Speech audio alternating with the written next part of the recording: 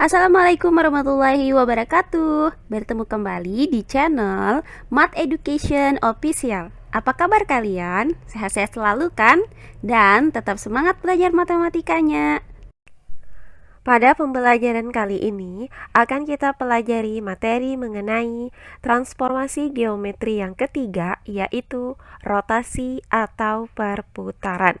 Untuk materi yang pertama adalah pengertian rotasi atau perputaran. Baiklah, langsung saja kita simak materinya.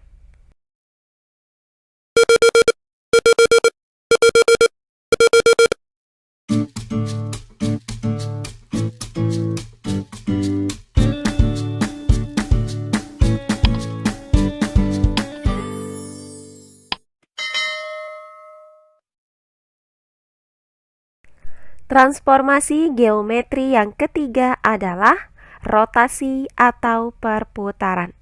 Untuk materi yang pertama, pengertian rotasi atau perputaran. Rotasi atau perputaran adalah perpindahan semua titik pada bidang yang masing-masing bergerak sepanjang busur lingkaran yang berpusat pada pusat lingkaran. Nah, rotasi atau perputaran pada bidang datar ditentukan oleh yang pertama, titik pusat rotasi, kemudian yang kedua, besar sudut rotasi. Nah, sudut rotasi itu merupakan sudut yang dibentuk oleh garis yang menghubungkan pusat rotasi dengan titik asal dan garis yang menghubungkan pusat rotasi dengan titik hasil atau bayangan. Terakhir yang ketiga adalah arah sudut rotasi. Jika perputarannya searah dengan perputaran jarum jam, maka sudut rotasinya bernilai negatif.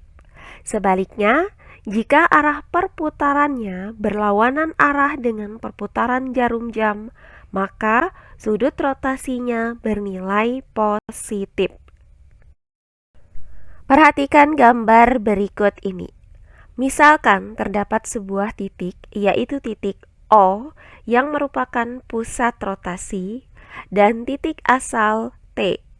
Nah, titik T ini akan kita rotasikan berlawanan arah dengan perputaran jarum jam sejauh 45 derajat. Maka, bayangan titik T adalah T aksen. Nah, titik O ini dinamakan dengan titik pusat rotasi. Kemudian, 45 derajat ini adalah besar sudut rotasi. Sedangkan arah rotasinya adalah berlawanan arah dengan perputaran jarum jam.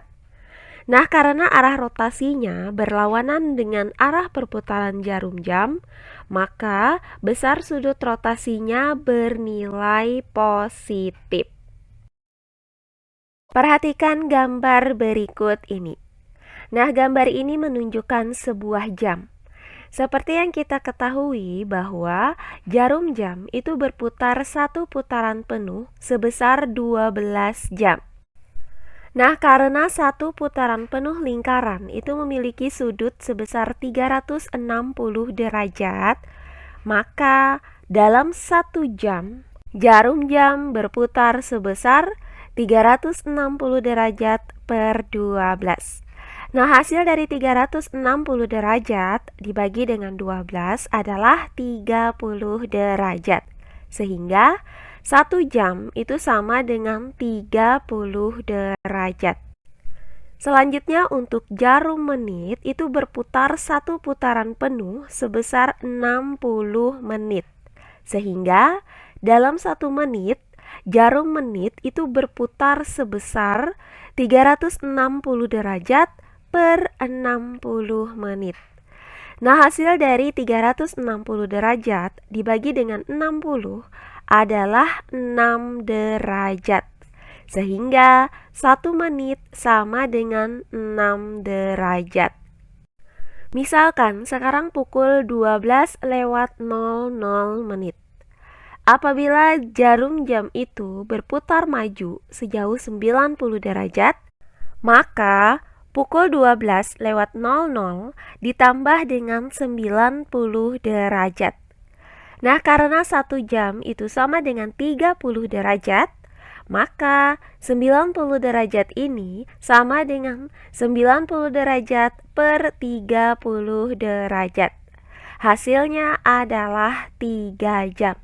Sehingga pukul 12:00 ditambah dengan 3 jam, hasilnya adalah pukul 15:00.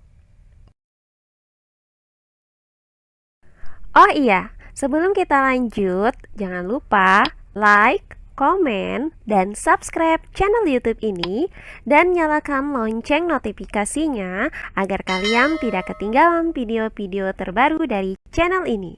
Serta jangan lupa share video ini sebanyak-banyaknya ke teman-teman kalian agar kita bisa saling berbagi ilmu. Perhatikan contoh soal berikut ini. Andi mengerjakan soal pukul 20:10. Waktu menunjukkan pukul berapa jika yang A, jarum menit berotasi maju sejauh 180 derajat, dan yang B, jarum jam berotasi mundur sejauh 90 derajat. Baiklah, untuk penyelesaiannya adalah sebagai berikut. Nah, untuk bagian yang A, diketahui bahwa Andi mengerjakan soal pukul 20:10. Nah, jarum menit itu berotasi maju sejauh 180 derajat. Maka 20:10 ditambah dengan 180 derajat. Nah, karena 1 menit itu sama dengan 6 derajat, maka 180 derajat ini akan kita nyatakan ke dalam bentuk menit. Sehingga 180 derajat itu sama dengan 180 derajat per 6 derajat. Nah, hasil dari 180 derajat dibagi dengan 6 derajat adalah 30 menit. Sehingga pukul 20:10 ditambah dengan 30 menit, hasilnya adalah pukul 20:40.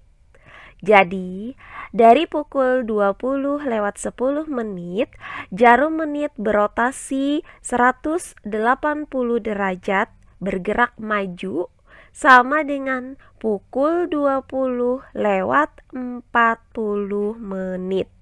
Berikutnya untuk bagian yang B.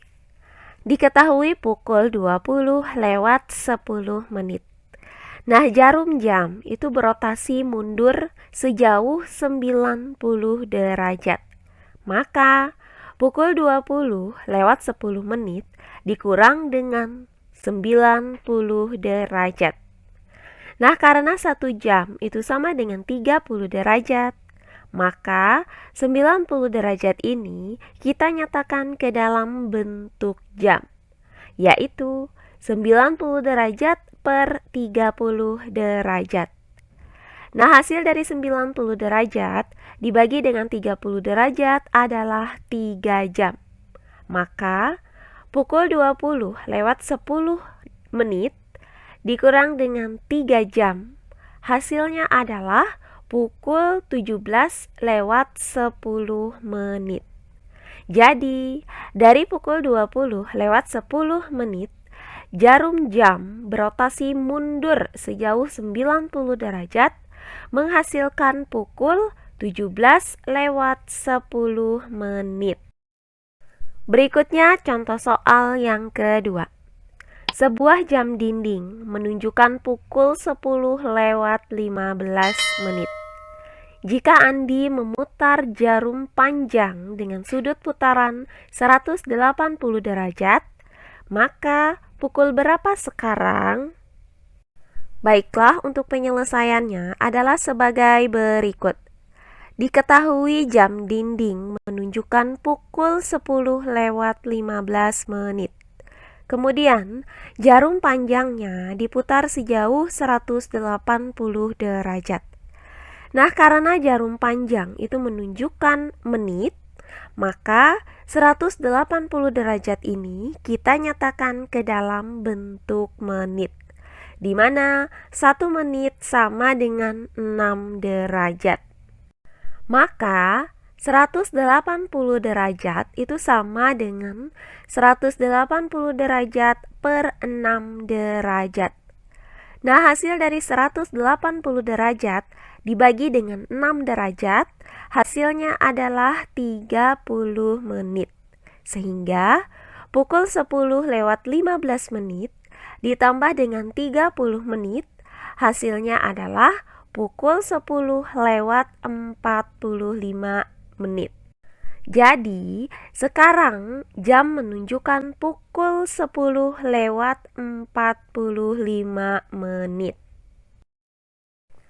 Nah, demikian pembelajaran kita kali ini mengenai rotasi atau perputaran.